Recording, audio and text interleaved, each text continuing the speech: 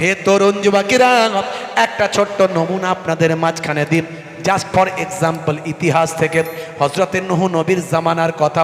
নূহ নবী যখন 950 বছর হায়াত পেয়েছিলেন, এই 950 বছর হায়াতে নূহ নবী তিনি হেদায়েতের বাণী দিয়েছিলেন। অল্প গুটি কতক মানুষ নূহ নবীর কথা শুনেছিল, বাকিরা তারা খোঁজ তামাশায় মেতেছিল, অন্যায়ভাবে জীবনযাপন করেছিল, আল্লাহর পথ থেকে দূরে সরে গিয়েছিল। এমন সময় নূহ নবীর উপর অনেক জুলুম অত্যাচার করা হয়েছিল, অনেক রক্তাক্ত করা হয়েছিল। নূহ নবী আর যখন পারলেন না, আল্লাহকে বললেন, আল্লাহ আমি আর এদের হেদায়েত করতে পারি না, এবার তুমি যা করার করো। আল্লাহ বললেন, হে নবী নূহ, চিন্তা করো না, কিছু ভেবো না, শুনে রেখে দাও, আমি ওই সমস্ত জালেমদের সব ধ্বংস করে দেব। তুমি একটা বিশাল নৌকা বানাও। আমি নৌকার ওয়াজ করছি না, বন্যার ওয়াজ করছি না।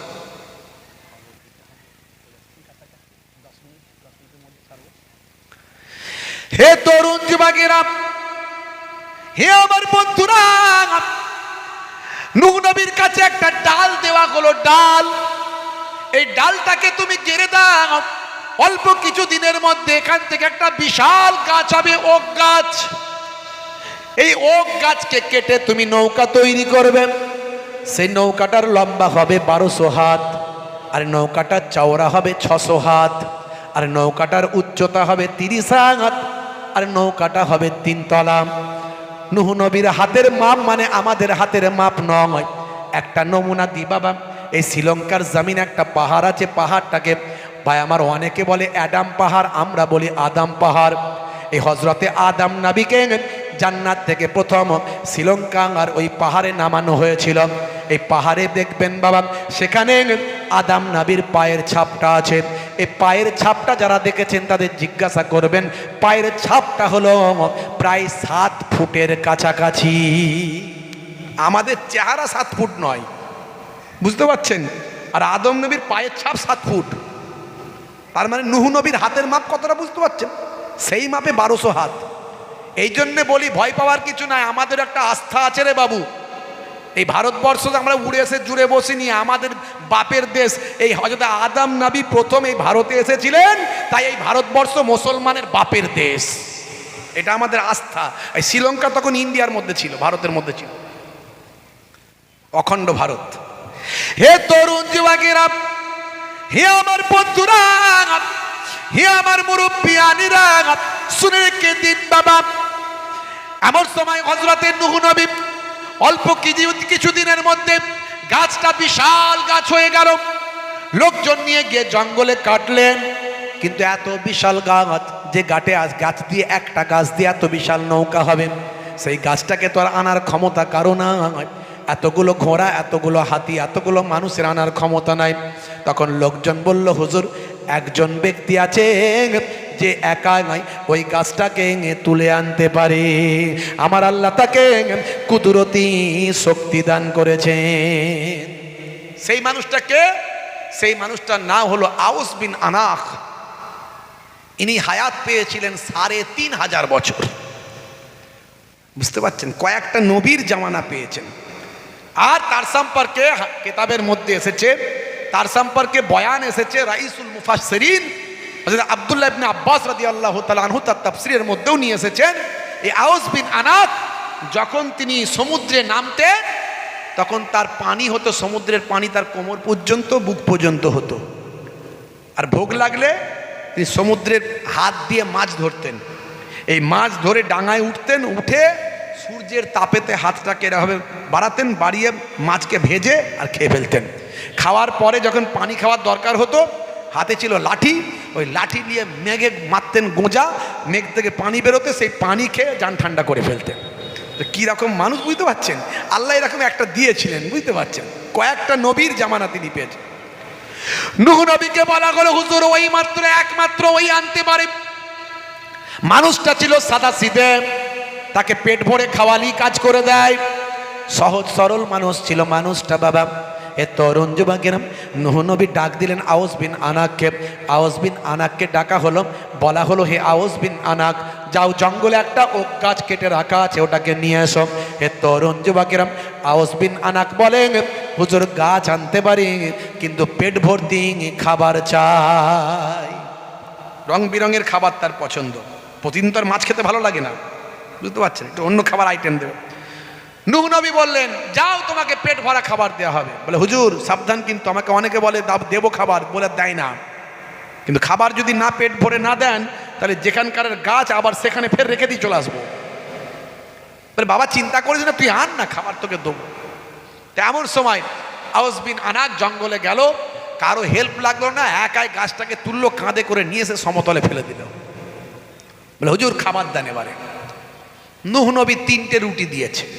3টে রুটি দেখে পরিহাস করে বলছে, হুজুর এ কি, এ তো আমার পেটের এক কোণাতেও যাবে না, আপনি 3টে রুটি দিয়েছেন, তাড়াতাড়ি খাবার নিয়ে আসুন, না হলে কিন্তু যেখানকার গাছ আবার সেখানে রেখে দিয়ে চলে আসবো। নূহ নবী বলেন, বাবু বিসমিল্লাহ বলে খা না, বিসমিল্লাহ বলে খাওয়া শুরু কর, লাগলে আরো দেবো। কেতাবের মধ্যে এসেছে 1.5 খানা রুটি খাওয়ার পরে আউস বিন আনাক বলছে, নবী নূহ আপনি কি রুটি আমাকে খাওয়ালেন, আমি আর খেতে পাচ্ছি না। জোরে হবে না, জোরে হবে না। হে তরুণ যুবকেরা, হে আমার বন্ধুরা, শুনে রেখে দিন বাবা, জেনে রেখে দেন। এমন সময় হযরতে নূহ নবী বেশ কিছুদিন মেহনত করে সঙ্গী সাথীদের নিয়ে বিশাল একটা নৌকা তৈরি করলেন। জালেমরা, শত্রুরা, আল্লাহর দুশ্মন, নবীর দুশ্মনেরা নূহ নবীকে নিয়ে পরিহাস করতে লাগলো। দেখো ঝড় নাই, বৃষ্টি নাই, বিশাল বড় নৌকা। নূহ নবীর মাথা মনে হয় খারাপ হয়েছে। নূহ নবী বললেন, শোনো, বেলা হোক বুঝবে ঠেলা। ও খালা, বেলা হোক বুঝবে ঠেলা। এই আমাদের দেশের এখন যা অবস্থা হয়েছে, কিছু মানুষ খুব লাপাচ্ছে। এই বেলা হোক, আবারও বলছি, আমিও সে একই কথা বলছি, বেলা হোক বুঝবে ঠেলা। ও খালা দাঁড়াও, সময় আসছে, সব বুঝতে পেরে যাবে। চশমা খুলবে তখন দেখবে অন্ধকার।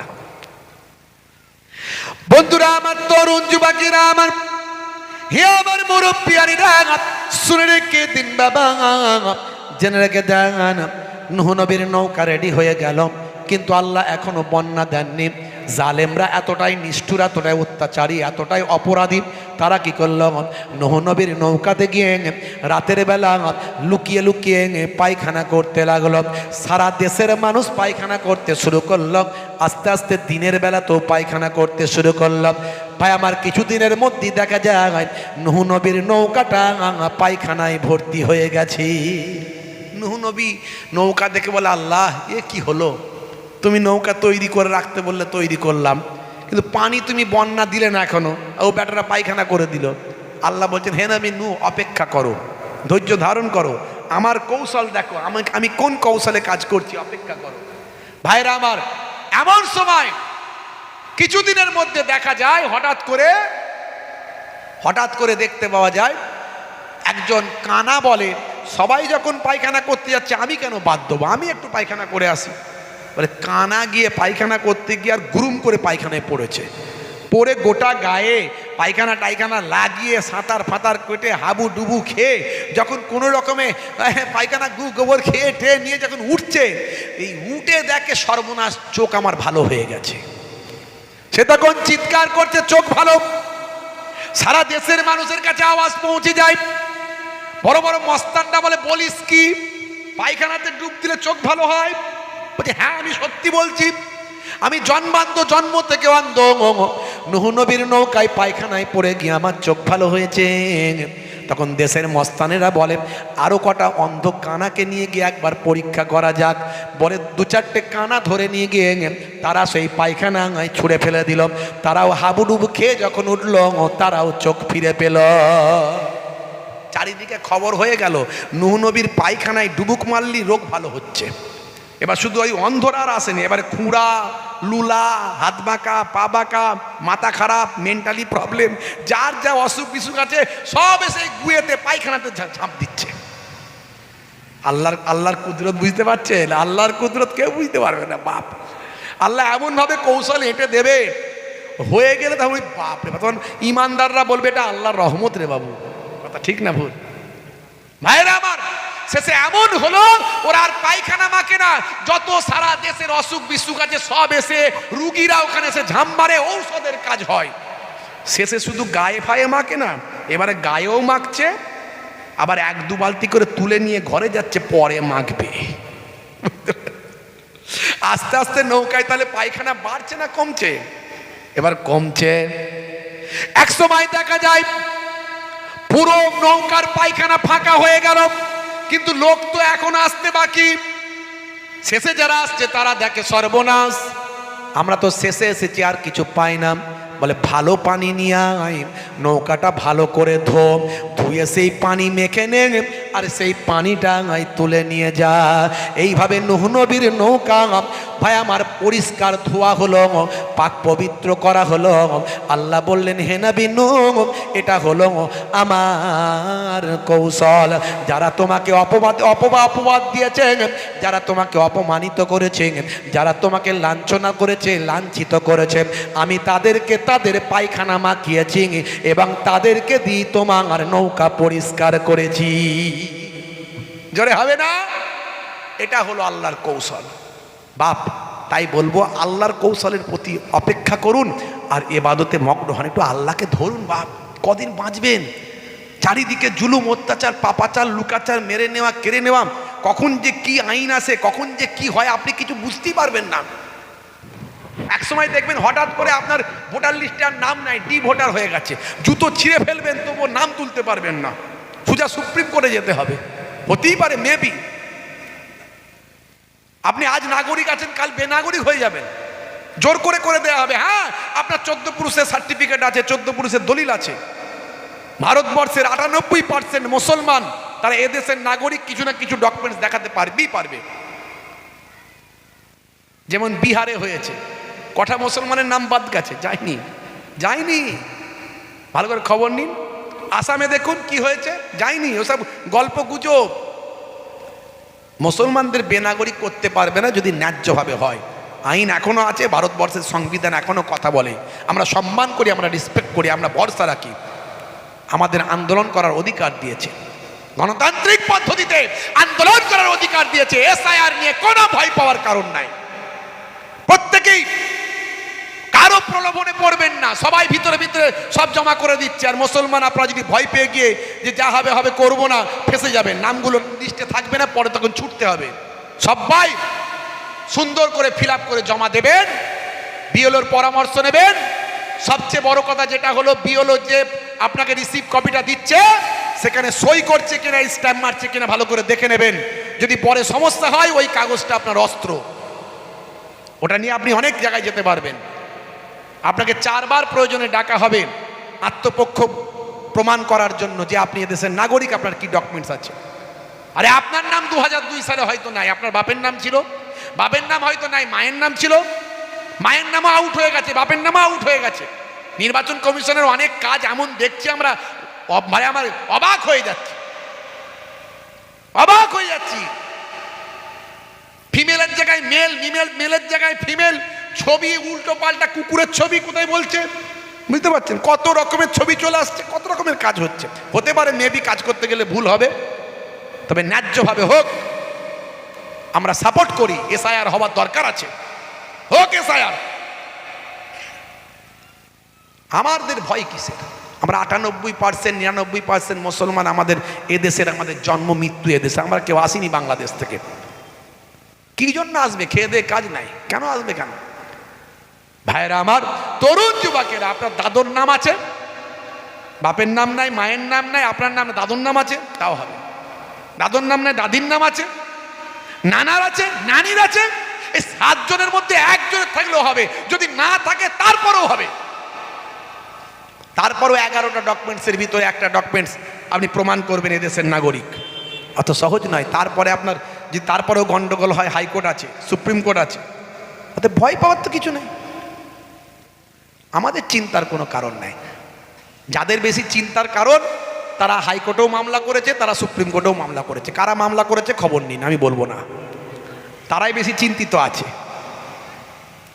বুঝতে পারছেন বাবা মার, ভাইরা আমার, তরুণ যুবকেরা আমার, মুরব্বিয়ানেরা আমার, মুসলমান, আমি শুধু একটা কথাই যাওয়ার আগে বলে দিয়ে যাই, 10টা 5 হয়ে গেছে।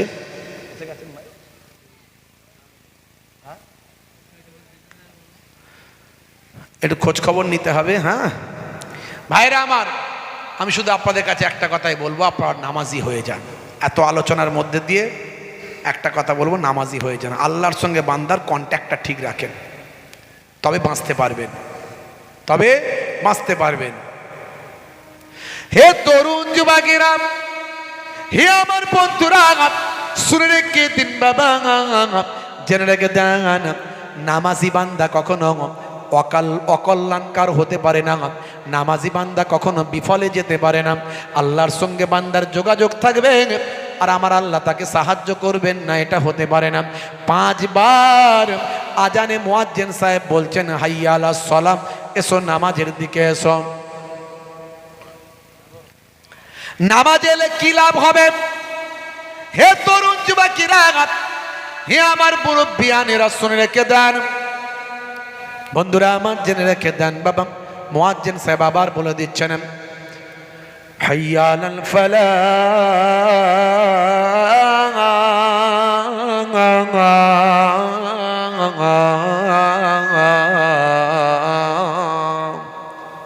নামাজ এলে আমি আল্লাহ তোমাকে কামিয়াবি দান করে দেবো। জোরে বলুন সুবহানাল্লাহ, জোরে বলুন সুবহানাল্লাহ।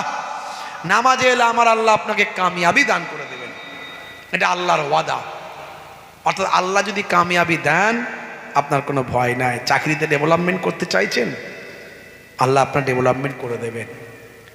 সময় নিন না একটু, 21 দিন কাঁদুন আল্লাহর কাছে। নামাজে সিজদায় গিয়ে বলুন, পৃথিবীর কোনো মানুষ জানবে না, আপনি জানাবেন, আল্লাহ জানবে। সিজদায় গিয়ে আল্লাহকে জানান।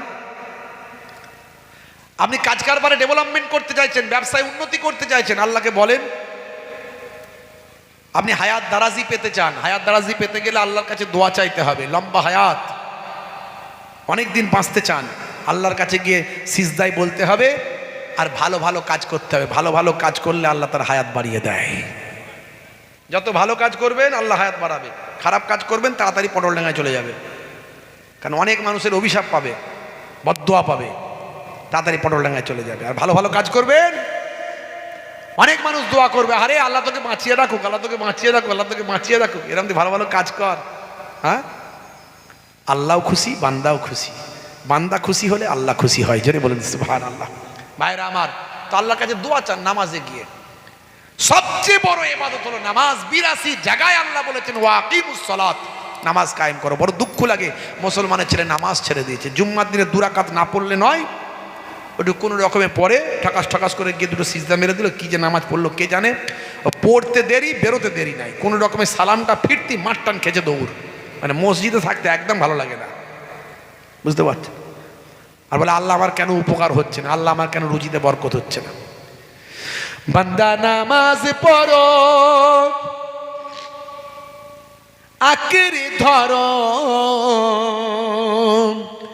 ছেড়ো না নামাজ এক জীবনে,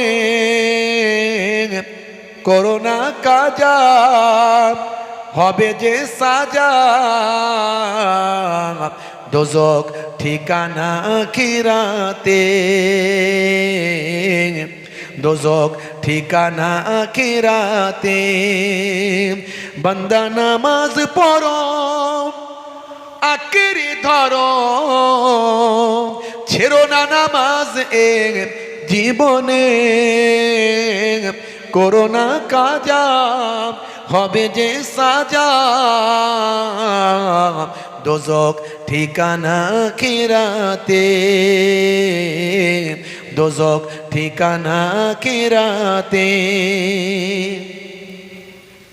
এই কমিটির ছেলেরা কই এসেছেন আমাদের, নিয়ে চলে আসেন, নিয়ে চলে আসেন বাবা আমার।